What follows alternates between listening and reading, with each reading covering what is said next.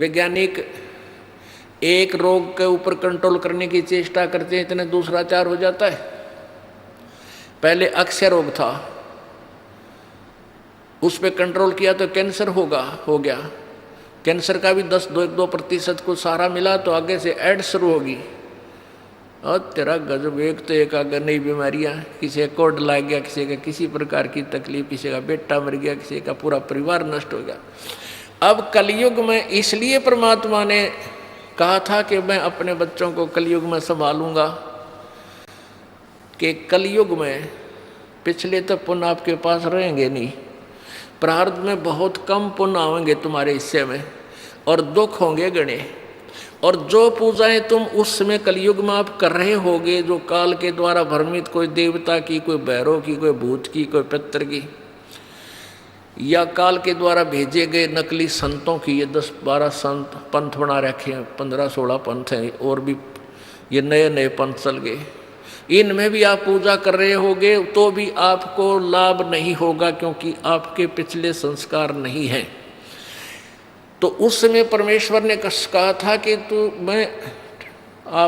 तो काल ने ये कहा था कि कलयुग में इनको ऐसा कर दूंगा, ये भक्ति के योग नहीं रहेंगे, शराबी, कवाबी, स्वार्थी, निर्लज, ऐसी पिक्चरें बना दी। देखते आप देख लो पश्चिमी देशों में नगन नाच हो रहा है, सरेआम जो घूम रहे हैं जैसे पशु घूमया करें, नंगे, कोई कुर्ते के छोटे छोटे कपड़े पहनकर बहन बेटियां भी सरेआम ऐसे घूम रही है। तो ऐसी निर्लज्जता कर दे। अब ये हमारे समाज में भी घर करने लगी। पहले ओठों पर लिपस्टिक, ये नाखून पॉलिश और उस तरह के लटक मटक, ये पाउडर चटक मटक, ये कोई बहन बेटी हमने करती नहीं देखी। ऐसी वो वैसाएं किया करती थी, उनको घटिया औरतें माना करते थे। और आज देख लो, जब कोई भी पीछे नहीं रही बहन बेटियां, इसी बूंदी पॉलिश लाऊंगी, पूरे नौ न लाल कर लेंगी, मुंह ऐसा बूंदा लाल, देखते बूंदा शक्ल भी ना अच्छी लगे। तो इस तरह की ड्रामाबाजी इस काल ने करवा दी, हमें निर्लज बना दिया। और सरेआम डांस करती हैं ब्याह शादी में, बेटियां नाचे, बूढ़े बाप नाचे, बूढ़े बेटी नाचे, बूढ़े माँ नाचे। अरे थारा गजब, ये तो वैसा ही नाचा करती थी कि तो बंद कोठों में, आज सरेआम नचा दिए काल ने हमारे को, हम निर्लज हो गए। अब इस समाज को देखो, कल बताया था आपको कि इस शिक्षा का अवगुण गणा है, लाभ एक है, और ये लाभ सब अवगुणों को सेट कर देगा। कि अवगुण ये है कि निर्लज्जता, चातुरता, हम एक दूसरे के जो है ना प्रिय नहीं रहे, अपनी चतुरता के कारण काग बन गए।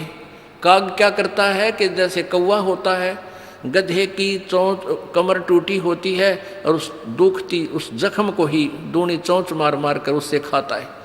हम इस चतुरता के कारण रिश्वत लेते हैं, किसी का काम नहीं कर अधिकारी, वो पैसा लेने के लिए उनको 100 ऑब्जेक्शन लगा कर चक्कर कटाते रहते हैं। कोई 2 का 20 बनाते हैं, सब घी में मिलावट, दूध में मिलावट, सब्जी में, हर चीज़ में मिलावट। कहते हैं ऐसा इंजेक्शन लगाते हैं, बेल का तोरी तड़के इतनी लंबी हो ही पावे। थारा गजब वही, सिर्फ वो बेचन खातिर कि थारा पैसा, तुम्हें पैसा मिल जाए, हुकंड क्रुक। तो ये चतुरता आ गई। अब डॉक्टर लोग देख लो, सभी तो नहीं हुआ करते, लेकिन 80% इतना जुल्म करते हैं। 2 रुपये का 100 रुपये मांग ले, 200 मांग ले, कोई टाल नहीं, 500 मांग ले, 1000 गरीब आदमी से। और भी किसी स्तर में देख लो, आप कोई पीछा नहीं रह रहा। जिसका भी जहाँ दाव लगता है वो तुरंत डंक मार देता है। जिसके पास कोई मिलावट में रोट करने सथाना नहीं है, वो तो करेगा कहाँ से। तो अब इसमें अवगुण तो इतने हो गए, माया दिखाई देती, ना भाई दिखता, ना बाण दिखती, ना भगवान दिखाई देता। और गुण इसमें एक है इस शिक्षा में कि हम अपने सदग्रंथों को स्वयं पढ़कर भगवान पहचान लेंगे। और इस भगवान के पहचानने के उपरांत, इस ज्ञान को सुनने के बाद अपने आप ये माया की हवस नष्ट हो जाएगी। क्योंकि हमें पता चल जाएगा कि हमारे 2 नंबर के काम करने से धन नहीं जुड़ सकता, पैसा नहीं रह सकता, क्योंकि हमारे भाग्य में नहीं है, और भाग्य से ज़्यादा ले लिया तो ना जाने किस प्रकार जाएगा। एक भक्त ने बताया कि मेरा इकलौता पुत्र बीमार हो गया और मैं उसके ट्रीटमेंट के लिए पहले तो किसी ने बताया इस पर छाया है, इस पर प्रेत है, जंतर मंत्र करने वालों के पास लौटा 20-30 हज़ार रुपये वहाँ लगाए। फिर डॉक्टर लोकल हॉस्पिटलों में दिखाया, वहाँ काफ़ी पैसे लगे। फिर बताया इसके दोनों किडनी फेल होगी। All India medical institute Delhi गया, वहाँ किसी से रिश्तेदार से ले लिवा के वो गुर्दा पैसे वैसे दे के कहते उसके 3 लाख रुपए लड़के के लगे, दोनों किडनी चेंज कराई। वो किडनी तो सफल होगी, सुख की सांस ली, 3 लाख रुपये लाग गए, और 6 महीने के बाद वो इकलौता पुत्र बस एक्सीडेंट में मर गया। और तेरा गजब है, टक्कर मार मार कर रोया। उसने जब ये ज्ञान सुना कि जो तुम 2 नंबर से पैसा इकट्ठा करना चाहते हो तुम्हारे भाग्य में नहीं है, अगर ऐसा इकट्ठा कर भी लोगे तो अगर 2 लाख कर लिया तो 3 लाख रुपए तुम्हारे ना जाने किस कारण से और कहाँ से निकल जाएंगे, और वो पाप रह जाएंगे ज्यों के तो जो आपने फिर भोगने पड़ेंगे। वो पाप यों के यूँ रह जाएंगे, पैसा नहीं रहेगा जो तुम्हारे भाग्य में नहीं था, तुमने धक्के से कहीं से इकट्ठा भी कर लिया था। तो उसने फिर अपनी कथा बताई कि ऐसे ऐसे मैं बहुत जुल्मी आदमी था। अब आपके ज्ञान से आंखें खुल गई। एक 2 रुपये की रील आया करती 20-30 साल पहले, 35 साल पहले। ये कैसेट होती है टेप की, ये टेप चले थे उस टाइम, और उस पर दूसरी कंपनी जो अच्छी बिकती थी उसकी मोहर लगा देते थे और 2 रुपये के रिफल थोक के वाला आता था तोल के बाद से, और 35 रुपये की बेचा करता हुआ कैसेट। किसी और कोई ख़राब हो जाती धमका देता था, भाग जा, ओरिजिनल दे रखी थी बनता है। तो आज मेरे साथ ठीक बनी, और थोड़ी सज़ा है मुझको आपके ज्ञान से पता लग गया, मेरे जैसे दुष्ट को तो और सज़ा चाहिए थी। तो पुण्यात्माओं, इस ज्ञान से इस माया की हवस को तो ख़त्म कर देंगे, ये निर्लज्जता भी ख़त्म हो जाएगी। हमारी बहन बेटियों देख लो यहाँ पर किस प्रकार आती हैं, एक देवी आया करती हैं ऐसे, ना कोई फंड करती, अपना सीधे साधे कपड़े पहन कर जो एक आम सभ्य समाज में होना चाहिए ऐसा इनका व्यवहार हो गया है। और जाके देख लो कितने शहरा में कार्टून बने अंडे हैं लड़कियाँ। तो पुण्यात्मा इसको सेट कर देंगे, लेकिन ज्ञान इस शिक्षा की आवश्यकता इसलिए थी कि हम अपने सदग्रंथों को समझकर उस भगवान को पहचान लेंगे, ये अति आवश्यक था। तो परमात्मा कबीर जी ने ये शिक्षा अब सार्वजनिक करनी पड़ी। नहीं, पहले केवल एक वर्ग पढ़ता था, एक वर्ग ब्राह्मण, और उस बाकी सब अपना धंधा करते थे, रोटी का जैसा भी धंधा था, कोई पाली जाया करता, कोई भेड़ बकरियां पालता था, उनकी ऊन बेच के गुजारे करते थे, खाते नहीं थे। कोई गाय पालते थे, कोई खेती करते थे, कोई मजदूरी करते थे, अपना ठीक टाइम पास कर रहे थे। ऐसा ही काम हमने चाहिए था, और भगवान की भक्ति साथ चाहिए थी। चाहे कोई आज अफसर है, चाहे गरीब है, अमीर है, मजदूर है, किसान है, चाहे दुकानदार है, अगर वो नेक नीति से काम करे अपना और भगवान की भक्ति करता रहे तो सबका मोक्ष होगा। बुराई छोड़नी पड़ेगी, 2 नंबर का धंधा त्यागना पड़ेगा, और समर्पण भाव से प्रभु के चरणों में आपको लगना पड़ेगा। मोक्ष दूर नहीं है।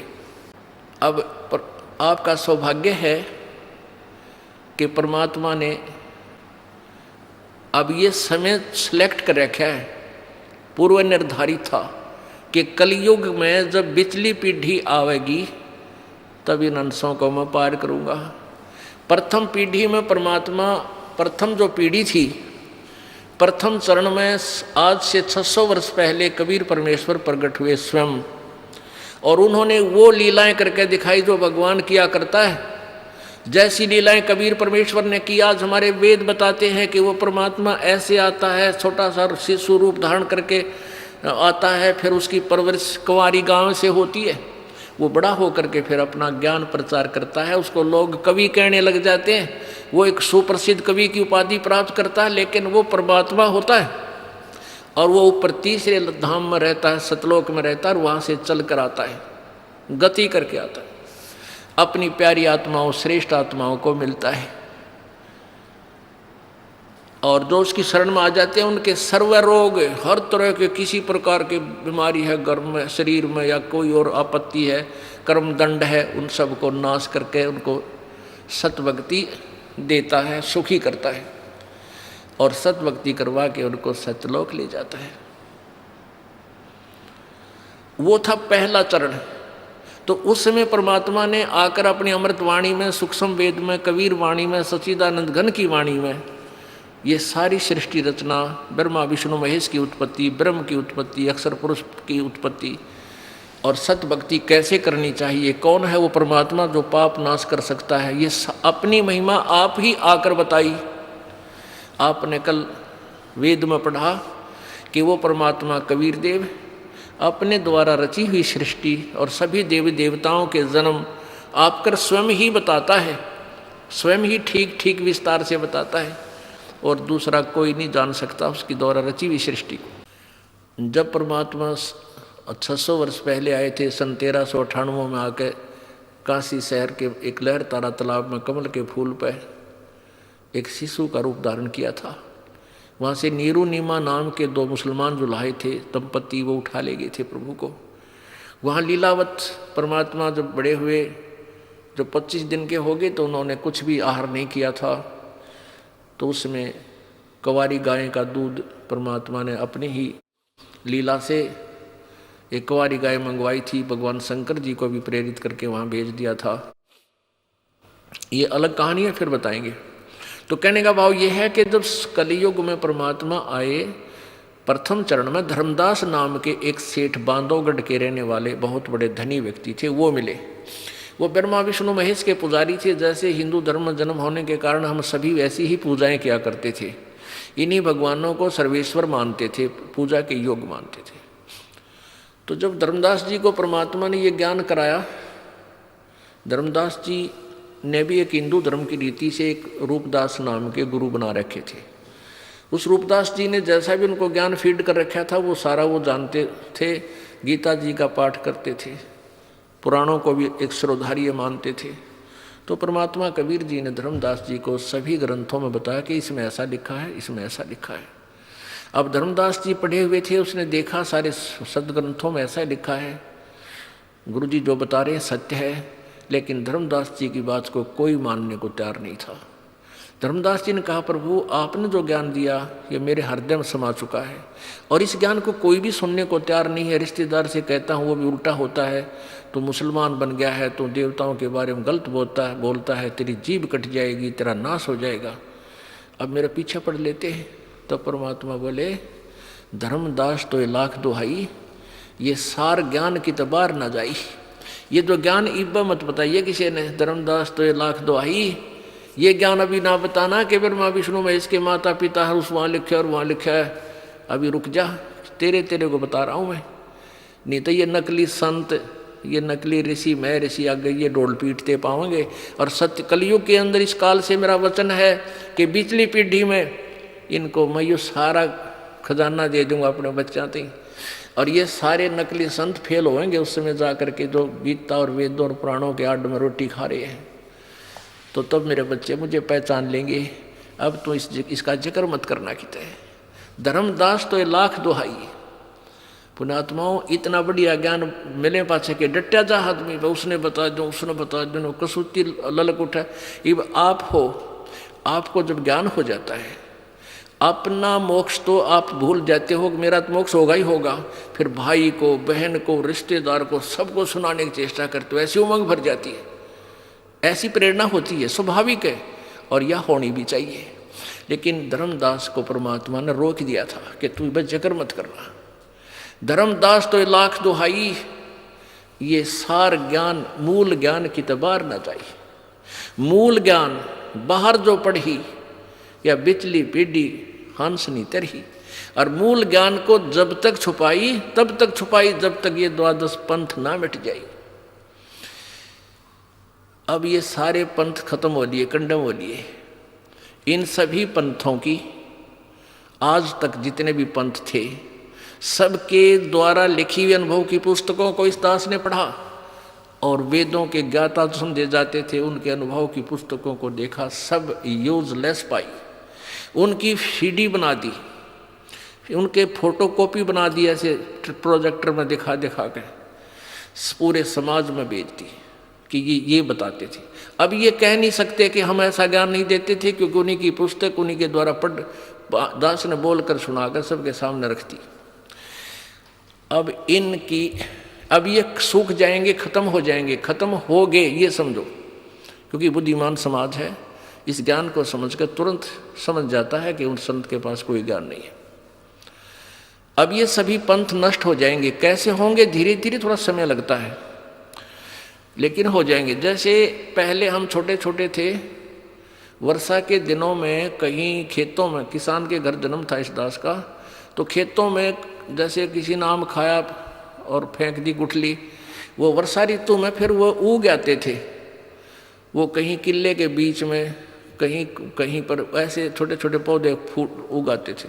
हम उनको वहाँ से निकाल कर और एक ऐसे स्थान पर लगाते थे जो फिर खेती करते समय डिस्टर्ब ना करें और पौधे भी बन जा, पेड़ भी बने। तो हम वहाँ से उखाड़ते थे ना, और किसी की नीचे से मिट्टी हट जाती थी, वो जड़, उसकी जड़ें दिख जाती थी, तो यूं कहा करते, तेरा पौधा कोई ना लागे सूखेगा, तेरे पौधे की जड़ राम ने देख ली, तेरे पौधे की जड़ राम ने देख ली, सूखेगा। और वो सूख जाता था, क्योंकि वहाँ से पाड़ के लांदे फिर दूसरे खेत में ले जाते, इतना वह मट्टी जिसके नहीं होती उतना वह पौधा ठीक नहीं, वो रहती नहीं उसके अंदर वह क्षमता, तो वहाँ लगाते तो वो सूख जाया करता, 1 दिन 2 दिन बाद 2 दिन हरा दिखता, फिर सूख जाता था।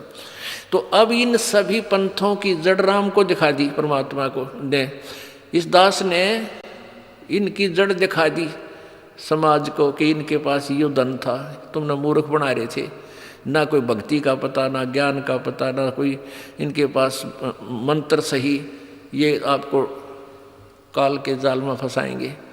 तो अब ये परमात्मा ने कहा था कि धर्मदास तो 1,00,000 दोहाई, ये सार ज्ञान, ये मूल ज्ञान की तबार ना जाई। और फिर ये कहा था कि मैंने तेरे को ये सारे मंत्र दे दिए, ये तीनों मंत्र दे दिए थे धर्मदास जी को परमात्मा ने, ओम, तत् और सत। तत् भी सांकेतिक है और सत भी सांकेतिक है। अब परमात्मा ने कहा था कि ठीक है, इस ओम और तत् जो दूसरा मंत्र है ये तो तू डिक्लेयर कर भी सकता है, लेकिन सार शब्द जो तीसरा मंत्र है, जो सत शब्द है, जो सत तीसरा नाम है, उसके विषय में तू जिक्र मत करिए, किसी को मत बताना। धर्मदास तो 1,00,000 दोहाई, ये सार शब्द की तबार न जाई, सार शब्द बार जो पढ़ी, बिचली पीढ़ी हंस नहीं तरी। अब आज तक इस पूरी पृथ्वी पर ये 2 मंत्र का जाप तो सार्वजनिक पहले भी हो चुका था इस गरीबदास पंथ में। कबीर जी ने भी अपनी वाणी में लिखा है, ओम और दूसरा मंत्र जो तत् है, ये दोनों मिलकर सतनाम बनता है। लेकिन इसको ना कबीरपंथी समझ सके, ना गरीबदास जी वाले समझ सके ये मंत्र क्या है, और के में मंत्र देते रहे और वो क्लियर लिखा हुआ है, लेकिन सार शब्द फिर भी गुप्त रखा है। धर्मदास तो 1,00,000 दोहाई, ये सार शब्द की दबार न जाही, इस सार शब्द के बारे में केवल इस दास को अधिकार है आपको देने का, इससे पहले किसी को अधिकार नहीं था।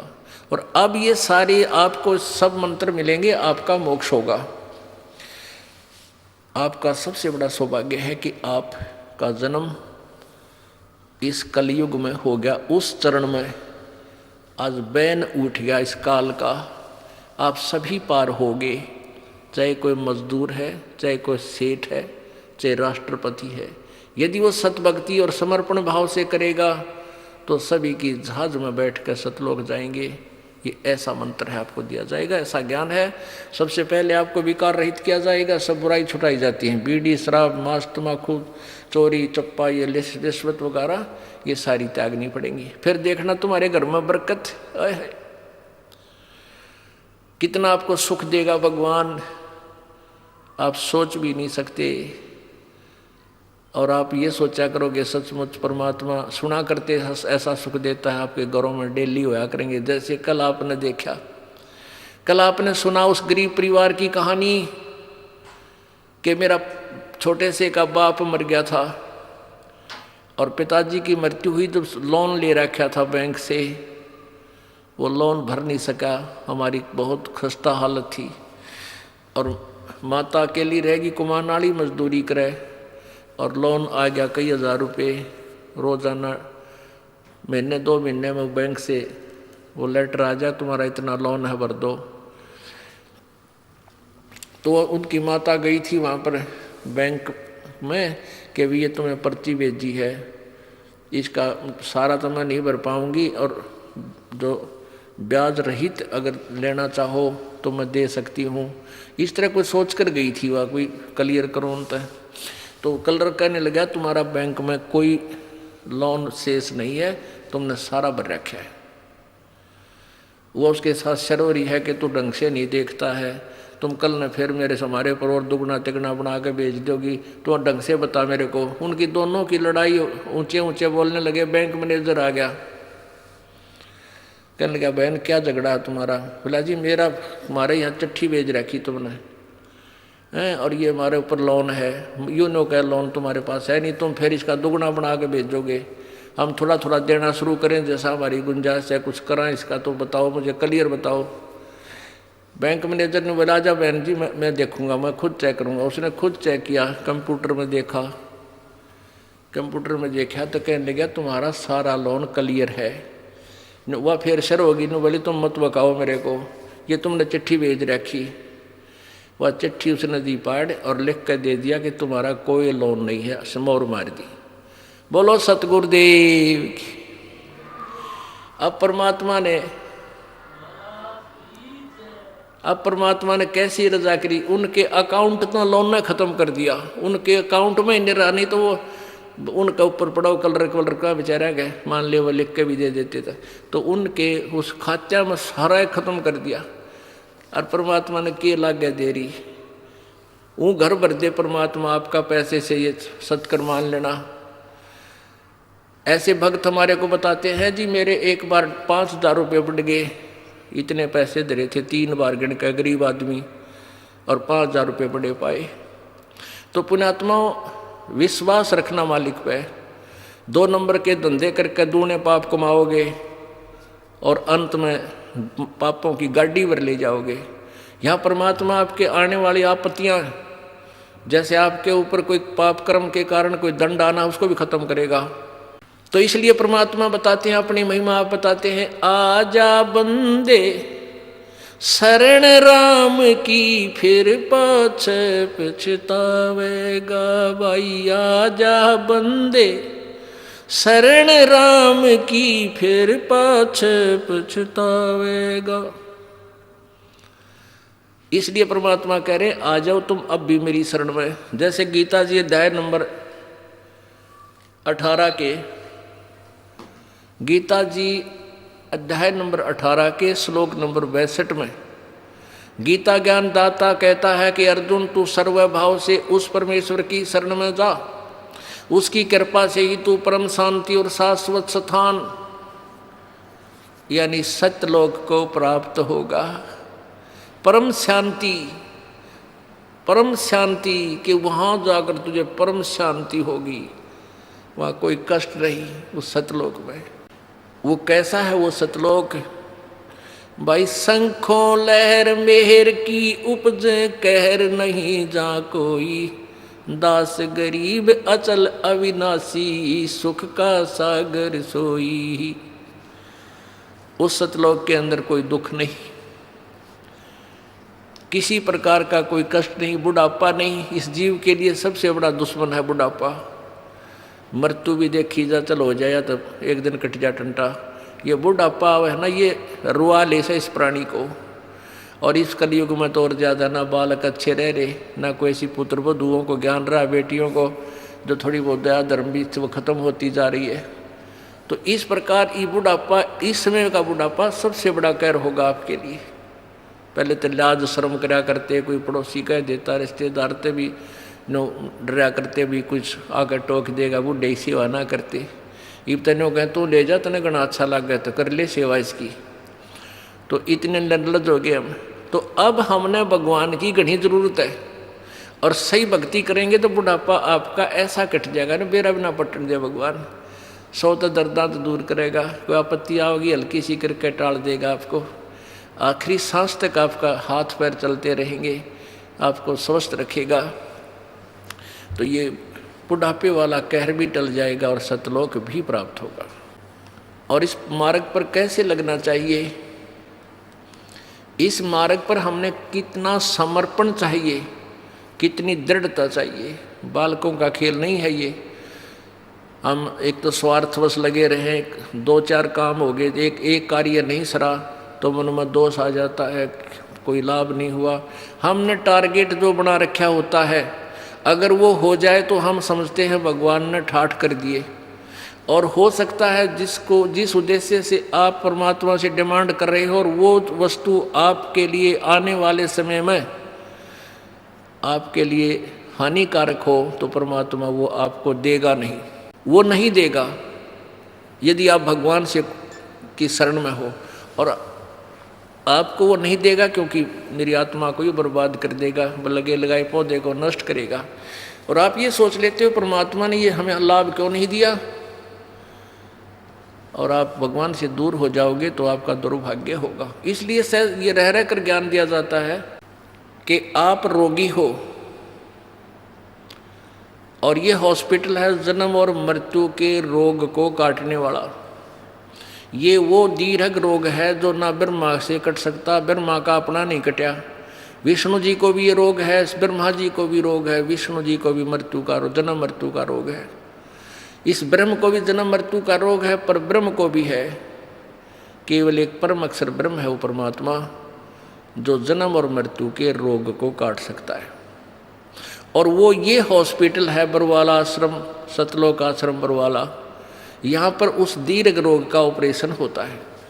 अब सच परमात्मा के दरबार में आप आगे, जैसे आप हॉस्पिटल चले जाते हो, आज हॉस्पिटल में जाके आप डॉक्टर को अपना रोग बता देते हो, डॉक्टर अपनी जांच करके क्लियर कर लेता है कि हाँ आपको ये रोग है, फिर वो आप कहते हो जी ट्रीटमेंट कर दो। तो उसमें डॉक्टर आपका ट्रीटमेंट करता है, आपका जो है इलाज करता है, तो उसमें आपकी सलाह नहीं लेगा। वो अपने हिसाब से आपको इंजेक्शन लगाना है इंजेक्शन लगाएगा ही लगाएगा, ग्लूकोज लगानी है ग्लूकोज लगाएगा। और यदि ऐसी कोई स्थिति आ गई तो आपका ऑपरेशन भी करेगा। हाँ, इतना अवश्य बता देगा कि इसके ऑपरेशन की आवश्यकता पड़ेगी, बोल तरीके सलाह है। यदि आप कहोगे ऑपरेशन नहीं कराता तो जा अपने घर में मर, ऑब्जेक्शन है तो जा, फिर जाते मरेगा। तो ऐसे ही यहाँ आप आगे, और ये दास डॉक्टर है, परमात्मा कबीर जी की पावर से सारा काम होगा। तो आपको जैसा भी कुछ मिले, जैसा भी मालिक रखे, आपको नो ऑब्जेक्शन होना चाहिए। यानी जो रखे तो ही रहूं मेरा के सारा, खाने जाद खरीद हूँ गुलाम तुम्हारा। परमात्मा जैसे भी आपको रखे, अब चाहे आपको ये दिखे कि हमारे ये हानि होगी, नहीं, हानि नहीं, ना जाने के बड़ा कहर टाल दिया आपका, आप नहीं सोच सकते, आप बालक हो। एक 2,000 10,000 रुपये की हानि में आपका 10 लाख का नुकसान टाल देगा परमात्मा। और आप ये सोचोगे कि हमें ये हानि नहीं होनी चाहिए थी, हमने नाम भी ले रखा है, तो ये आपकी गलती है।